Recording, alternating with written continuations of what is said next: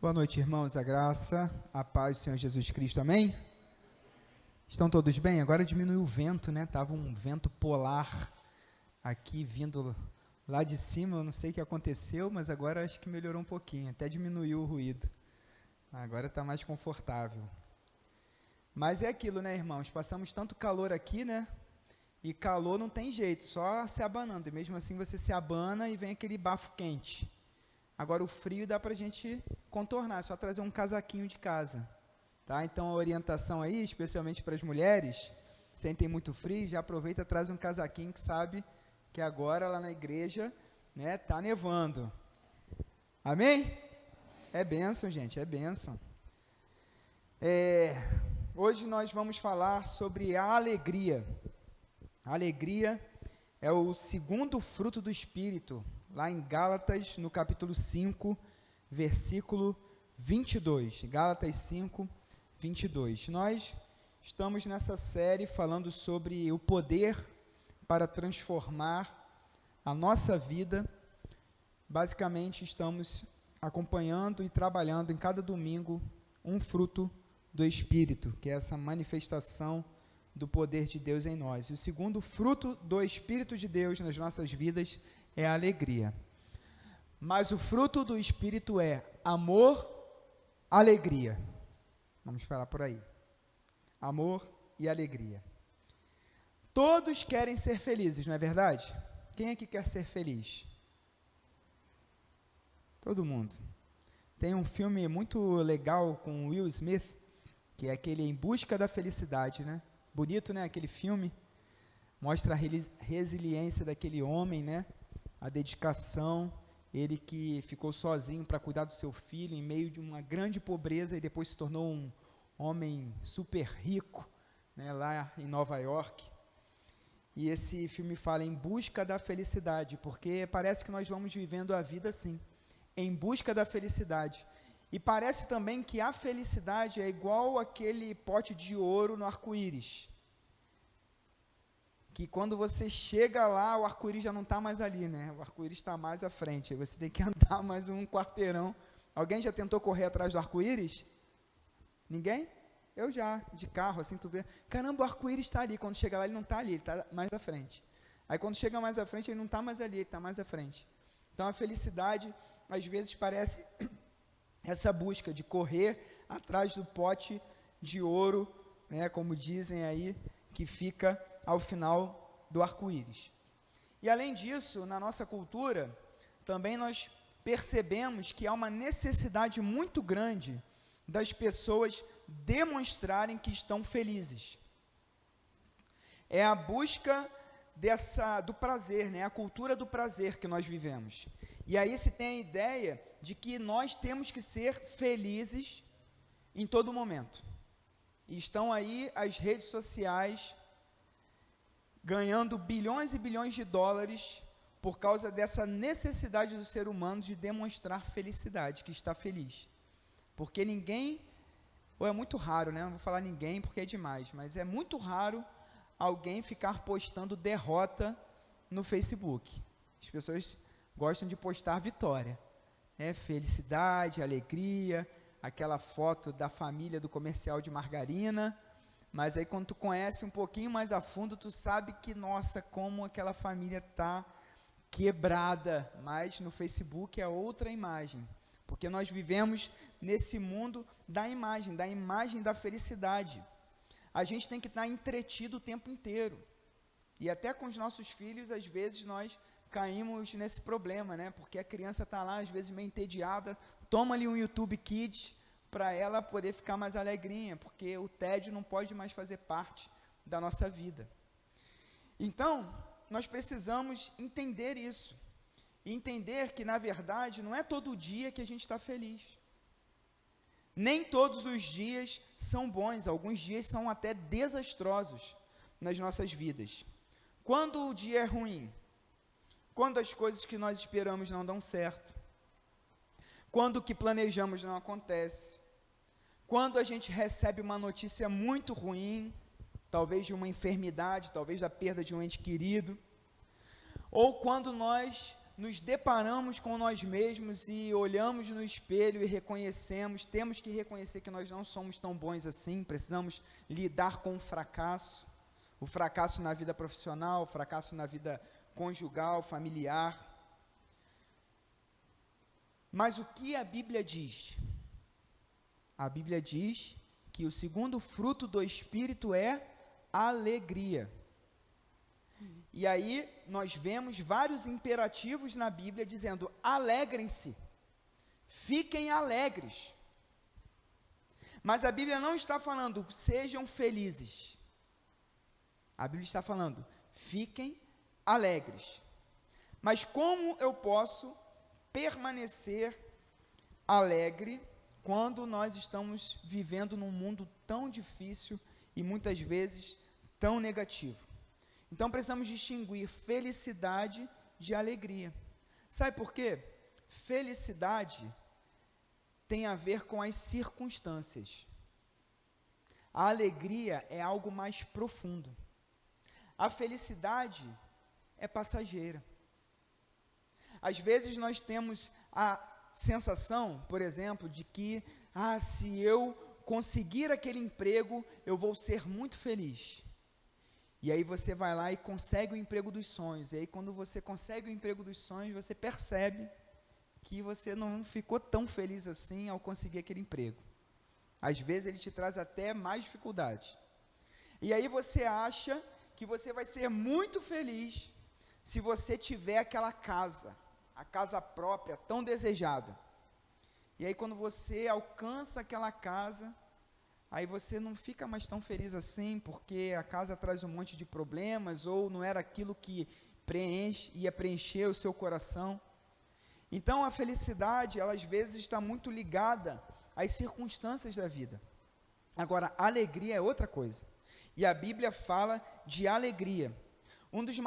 Dos temas, o tema mais recorrente, ou a mensagem de Jesus, que ele fala mais vezes, é alegria. Mais do que amor, Jesus fala sobre a alegria. E nós vimos o apóstolo Paulo também falar sobre alegria. Filipenses, no capítulo 4, todo mundo conhece, né? Filipenses 4:13, tudo posso naquele que me fortalece. Mas se nós voltarmos alguns versículos, a partir do 10, nós vamos ver Paulo falando sobre a alegria. Ele fala assim: fiquei muito alegre no Senhor, porque agora, uma vez mais, renasceu o cuidado que vocês têm por mim. Na verdade, vocês já tinham esse cuidado antes, só que lhes faltava a oportunidade. Digo isto não porque esteja necessitado, porque aprendi a viver contente em toda e qualquer situação. Sei o que é passar por necessidade e sei também o que é ter em abundância. Aprendi o segredo de toda e qualquer circunstância, tanto de estar alimentado como de ter fome, tanto de ter em abundância como de passar necessidade. Tudo posso naquele que me fortalece. Entendeu o contexto do versículo que fica lá na traseira do ônibus, na traseira do caminhão? O contexto é esse, meu. Não é que você vai conseguir tudo o que você quer, não. Você pode passar por toda a situação contando com aquele que te fortalece. E aí Paulo fala: aprendi a viver contente. Então a alegria na Bíblia, assim como o amor, como nós aprendemos na semana passada, é uma decisão. A alegria não tem a ver com a situação. A alegria tem a ver com o seu estado interior. Por isso que é fruto do Espírito. Tem a ver com sua vida espiritual, com o agir do Espírito de Deus em você, que vai te capacitar a aprender a viver contente, a tomar a decisão de ser alegre, independente da situação. Olha, Paulo, quando escreve essa carta, ele estava preso numa prisão romana. E lá na prisão romana, as pessoas ficavam acorrentadas. E não tinha quentinha do Estado chegando lá para ele comer, não. Às custas né, de Roma, dos cidadãos romanos. Não, o cara ficava lá acorrentado. Se alguém fosse levar comida e botar na boca dele, ele tinha que comer. Se ninguém fosse, ele ia definhar lá até morrer. E aí Paulo fica feliz com os crentes de Filipos. E ele fala assim: me alegrei, porque o cuidado de vocês comigo foi renovado. Mais uma vez. Eu sei que vocês queriam cuidar de mim antes, mas vocês não tiveram oportunidade. E ele fala assim: não tem problema, eu não falo isso por causa da escassez, porque eu já aprendi.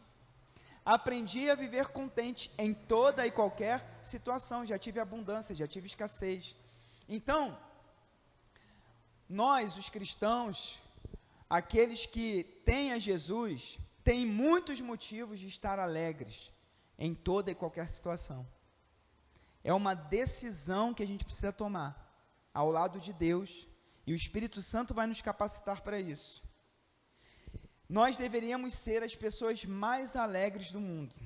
E eu não estou falando das postagens nas redes sociais, não. Estou falando de um estado de ânimo, de alegria, que é o poder do Espírito Santo.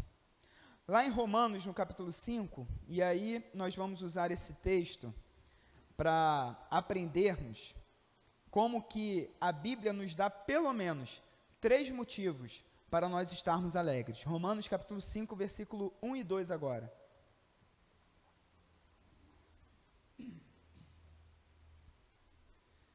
Romanos 5, 1 e 2 diz assim: justificados, pois, mediante a fé, temos paz com Deus, por meio do nosso Senhor Jesus Cristo, pelo qual obtivemos também acesso, pela fé, a esta graça, na qual estamos firmes e nos gloriamos na esperança da glória de Deus.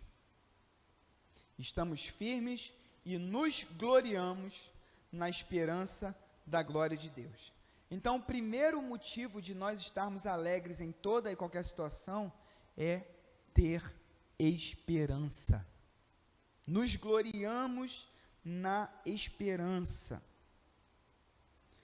Para o crente em Deus, em Jesus Cristo, não há nenhuma situação completamente desesperadora. Não há.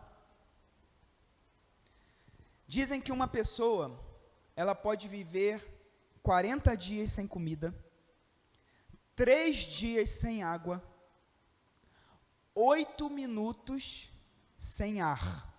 40 dias sem comida, 3 dias sem água, 8 minutos sem ar. Mas dizem também que ela não poderia viver 1 minuto sequer sem esperança. Já imaginou uma vida sem esperança? Por isso que muitas pessoas tiram a própria vida, porque perderam a esperança, perderam o sentido da vida. Mas o crente em Deus tem motivo de estar alegre. Há uma esperança, e essa esperança está em Cristo. Pesquisadores da Universidade de Cornell, nos Estados Unidos, não sei nem qual estado é, estudaram 25 mil prisioneiros da Segunda Guerra Mundial e concluíram que uma pessoa pode aguentar quase tudo na vida se tiver esperança. Através dos exemplos daquelas pessoas. Imagina, tortura, fome, mutilação de membros, né? Quantas coisas sobreviventes de guerra, prisioneiros passam. E as pessoas conseguem manter-se vivos. Agora, muitas pessoas colocam e depositam a sua esperança em coisas passageiras. Muitos colocam suas esperanças nas riquezas, nas propriedades. Muitas pessoas colocam a esperança em relacionamentos. Confia em outros seres humanos. Muitas pessoas colocam a esperança em si mesmos, se achando capazes de resolver toda e qualquer situação. Super mulheres, né? Como é que é? Mulher Maravilha. Mulheres Maravilhas e super homens. Difícil de fazer o plural dessas coisas. Então, às vezes, nós confiamos muito em nós mesmos e nos outros e nas coisas. Mas o que a Bíblia fala é que nós temos motivo sim de estar alegres por causa de Cristo, por causa dessa esperança na glória de Deus. Olha o que diz o texto: justificados, pois. Ou seja, nós, apesar de nos acharmos muito bons e de merecermos muitas coisas, a verdade é que nós somos terríveis pecadores. Faça uma autoanálise rápida. E aí, diante de Deus, nenhum de nós sobreviveria aqui. E me faz lembrar sempre quando eu falo disso, do profeta Isaías, que quando viu a glória de Deus, pensou que fosse morrer. Sou pecador, homem de lábios impuros. Imagina você estar diante da glória de Deus, a sensação de ser consumido. E aí Deus, olhando para nós nessa situação terrível, Ele fala assim: não, meu filho, eu te amo. E apesar de tudo que você fez na sua vida, de tudo de errado, de todo o seu pecado, eu me entreguei em seu lugar, através do meu filho. E agora nós podemos ter comunhão, porque Ele pagou o preço no seu lugar. E agora eu posso te chamar de amigo, meu filho amado, te amo. Essa é a nossa esperança, irmãos. Então não há nada no mundo que possa nos separar desse amor de Deus. Isso Paulo fala em Romanos capítulo 8. Nem a morte, nem a altura, nem profundidade, nada, nem poderes, nada pode nos separar do amor de Deus. Então, a alegria do cristão está baseada nessa esperança de que Deus se reconciliou conosco. Pastor, mas eu não consigo ver Deus no meio dessa situação que eu estou vivendo. É porque você está olhando do prisma errado. Tudo é uma questão de perspectiva. É a forma como nós olhamos as situações da vida. E aí a gente vai aprender o segundo ponto. O segundo ponto é Romanos 5:3. Só passar mais um versículo. E não somente isto, mas também nos gloriamos nas... Fala alto, irmão. Mais alto, irmão. É para saber que está todo mundo no mesmo foco. Nos gloriamos nas tribulações. Caramba, esse papo aí é meio complicado. Sabendo que a tribulação produz perseverança. E quando Paulo fala de tribulação, ele está falando de sofrimento, de dor. E ele fala assim: nós nos gloriamos nas tribulações. Como eu disse, as pessoas têm a ideia equivocada de achar que quando se livrarem dos sofrimentos, elas serão felizes. Mas não tem isso, é como o pote de ouro no arco-íris. Você supera um problema e encontra outro. Pulou um problema, tropeça em outro. E os problemas vão sempre existir. Eu falei já algumas semanas atrás que quem não tem problema na vida está lá no cemitério, 7 palmos abaixo da terra, já passou dessa para uma melhor. Isso aí não tem mais problema. Agora, se você está vivo, está respirando, você tem problema, como eu tenho problema. Não vai achar que eu não tenho problema, que eu estou falando aqui porque eu não tenho problema, que é fácil para mim. Eu tenho problemas. A alegria é nós aprendermos a desfrutar a vida apesar dos problemas. É mudança de perspectiva. Então, o segundo ponto, o primeiro é ter esperança. O segundo é ser grato por cada situação da vida. Aprender a ser grato por cada situação. A primeira é ter esperança. É a causa, a forma que nós podemos encontrar, os motivos do crente estar alegre. Primeiro é a esperança em Cristo. A segunda é a gratidão por cada situação da vida. Porque em cada situação da vida a gente pode tirar aprendizados. E olha o que ele fala: a tribulação produz perseverança. Passa mais um, André, o 4. A perseverança produz experiência e a experiência produz esperança. Aqui, quando Paulo fala de experiência, é de ser experimentado, é a questão da transformação do caráter. Quando a gente passa pelo meio da tribulação, pelo meio da prova, a gente sai transformado, com o nosso caráter transformado. A gente sai mais pronto. Vocês já viram como uma espada é forjada? Tem aquele programa aí nesses canais de assinatura, que é a prova de fogo, não é isso o nome? Não sei quem acompanha aí. E aí tem os ferreiros, eles recebem pedaços de aço, e ali com aquele aço eles precisam criar, às vezes facas, às vezes espadas. E aí como que a espada é feita? Eles pegam aquele aço e colocam no fogo, e vai para a bigorna, e batem, e volta para o fogo, e volta para a bigorna, e bate. E se a pessoa não forjar bem aquele aço se torna quebradiço. Mas quando o aço passa pelo fogo, muitas vezes, ele se torna, às vezes, quase que indestrutível. E eles pegam aquela espada e cortam coisas absurdas. Às vezes até capaz de quebrar um outro metal. A gente não vê na luta de espadas, e uma espada às vezes quebra a outra, por causa da resistência daquele outro metal que foi forjado no fogo, debaixo daquela marreta, em cima daquela bigorna. É isso que a tribulação faz com a gente, quando a gente passa por ela, quando a gente mantém a esperança, mantém a fé, e luta, confiando em Deus. A história do povo de Deus é marcada por momentos de luta. Não existe nenhuma história de nenhum personagem bíblico que não tenha passado por problemas. Então vamos parar de esperar o evangelho que fala que seus problemas acabaram, porque isso é mentira. Não existe.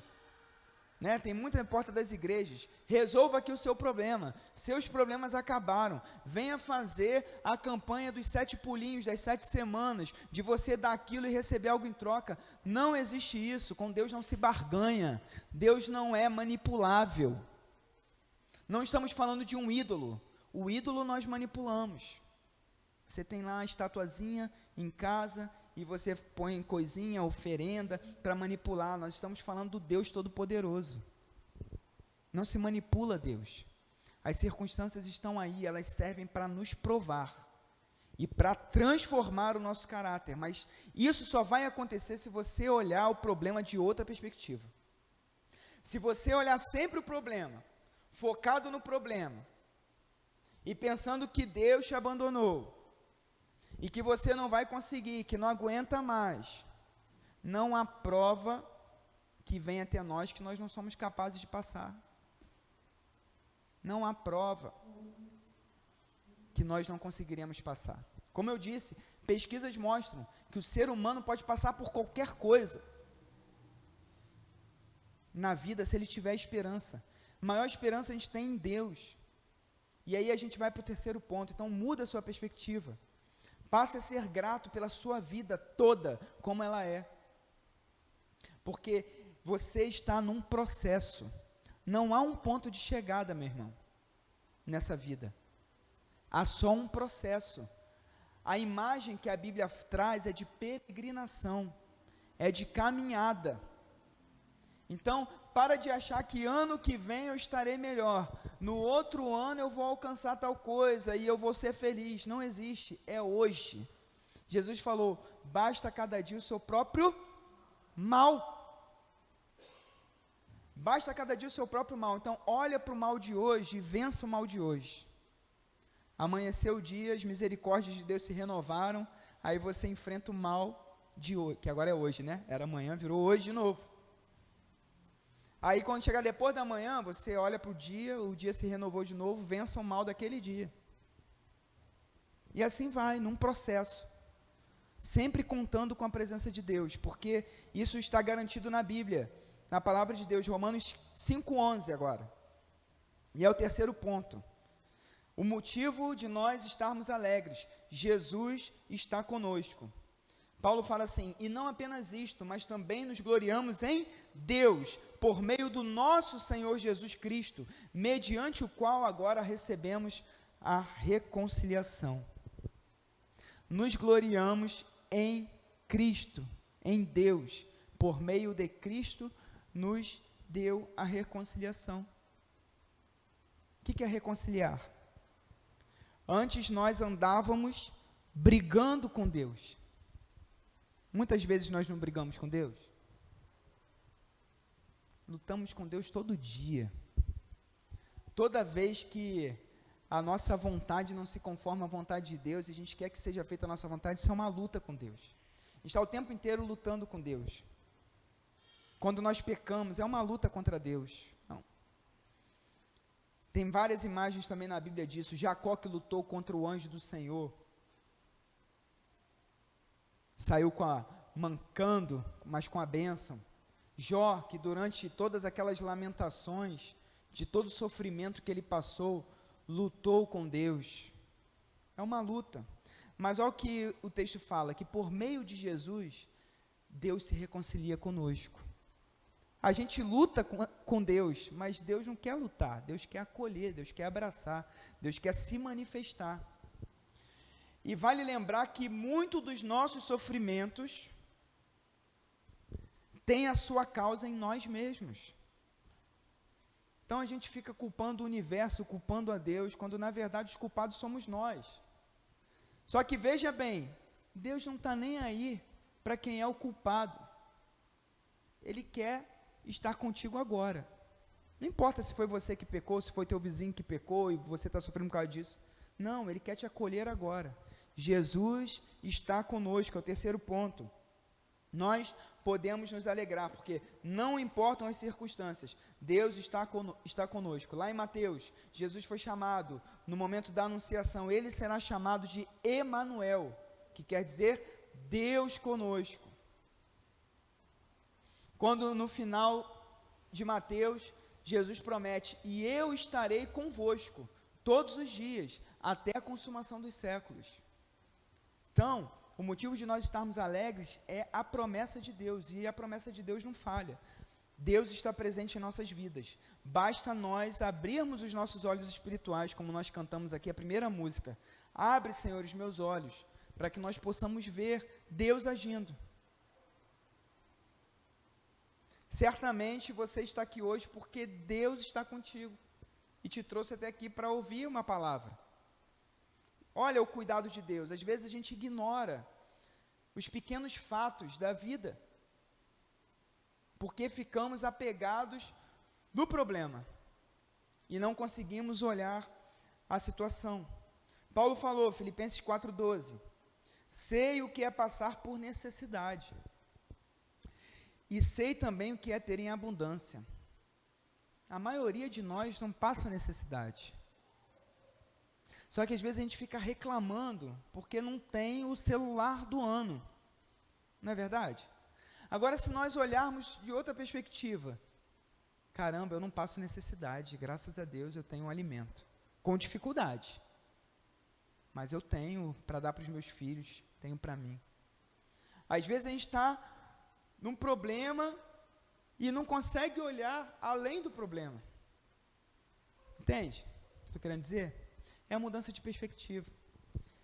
Eu li sobre uma carta que uma jovem que estava estudando longe dos pais, ela mandou uma carta assim, falando, papai e mamãe, né? Eu estou escrevendo para dizer que eu estou bem, que eu passei, apesar de ter sofrido algumas queimaduras por causa do incêndio que os grevistas causaram aqui na República, eu estou bem, perdi tudo, mas estou com vida, e o rapaz que me salvou, me tirou do meio dos escombros, ofereceu a casa dele para que eu pudesse morar, mas eu sei que vocês queriam ter um filho, um neto, e eu quero dizer que eu estou grávida, e eu amo esse rapaz e vou me casar com ele. Aí depois ela põe assim, PS, esqueça tudo que eu falei, não é nada disso, eu só escrevi para vocês verem por outra perspectiva o fato de eu ter tirado notas baixas no semestre.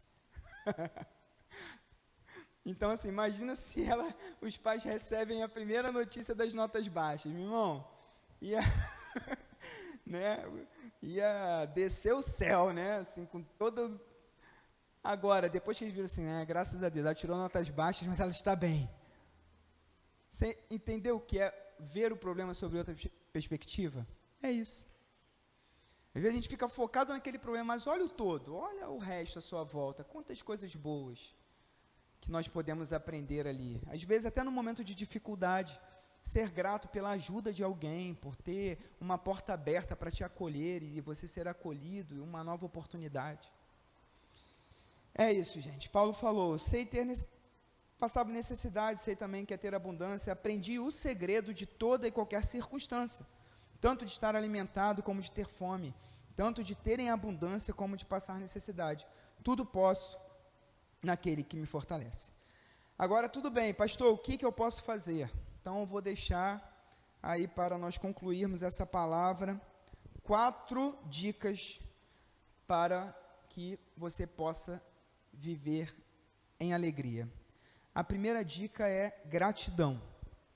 Aprenda a ser grato. Psicólogos já falaram que as pessoas mais felizes são aquelas que são gratas. 1 Tessalonicenses, coloca aí por favor, André, 5,18.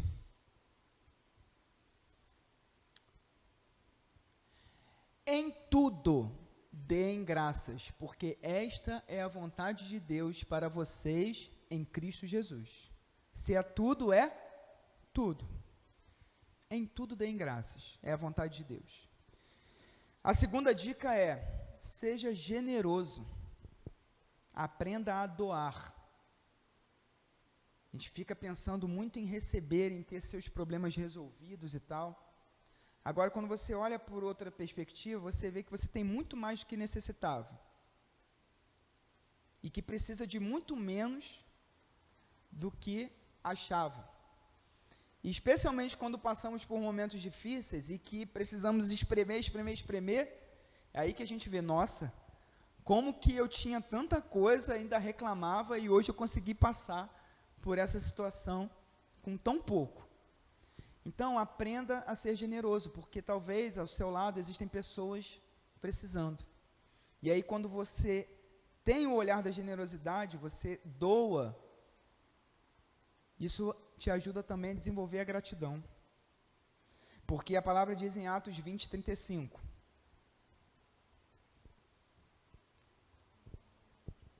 Atos 20, 35. Em tudo tenho mostrado a vocês que trabalhando assim é preciso socorrer os necessitados e lembrar das palavras do próprio Senhor Jesus. Mais bem-aventurado, ou seja, mais feliz, é dar do que receber. Não é verdade? Se você pode dar, é melhor do que você precisar receber. É melhor dar do que receber. Paulo está falando isso para os pastores de Éfeso. Ele fala assim, trabalhem para que vocês possam ser generosos, possam contribuir com a sua comunidade. É isso. 2 Coríntios 9, 7, um outro exemplo.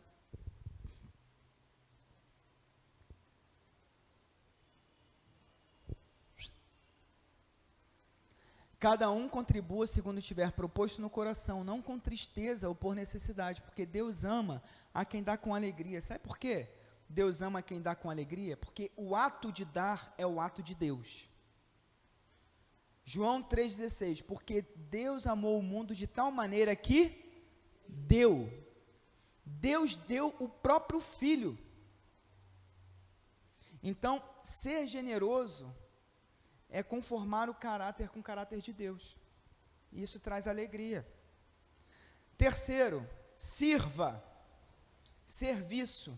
Dedique sua vida a ajudar os outros. Isso traz alegria.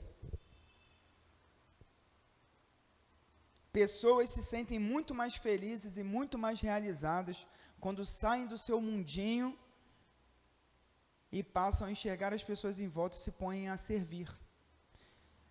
Marcos 8,35. Pois quem quiser salvar a sua vida, perderá, e quem perder a vida por minha causa e por causa do Evangelho, esse a salvará. Às vezes a gente fica querendo reter a nossa vida para nós mesmos, quando o que traz alegria é o ato de dar e de servir e de abandonar a própria vida em favor dos outros. É preciso haver um equilíbrio. É isso que vai trazendo harmonia para o mundo. E quarto, fale de Jesus para alguém.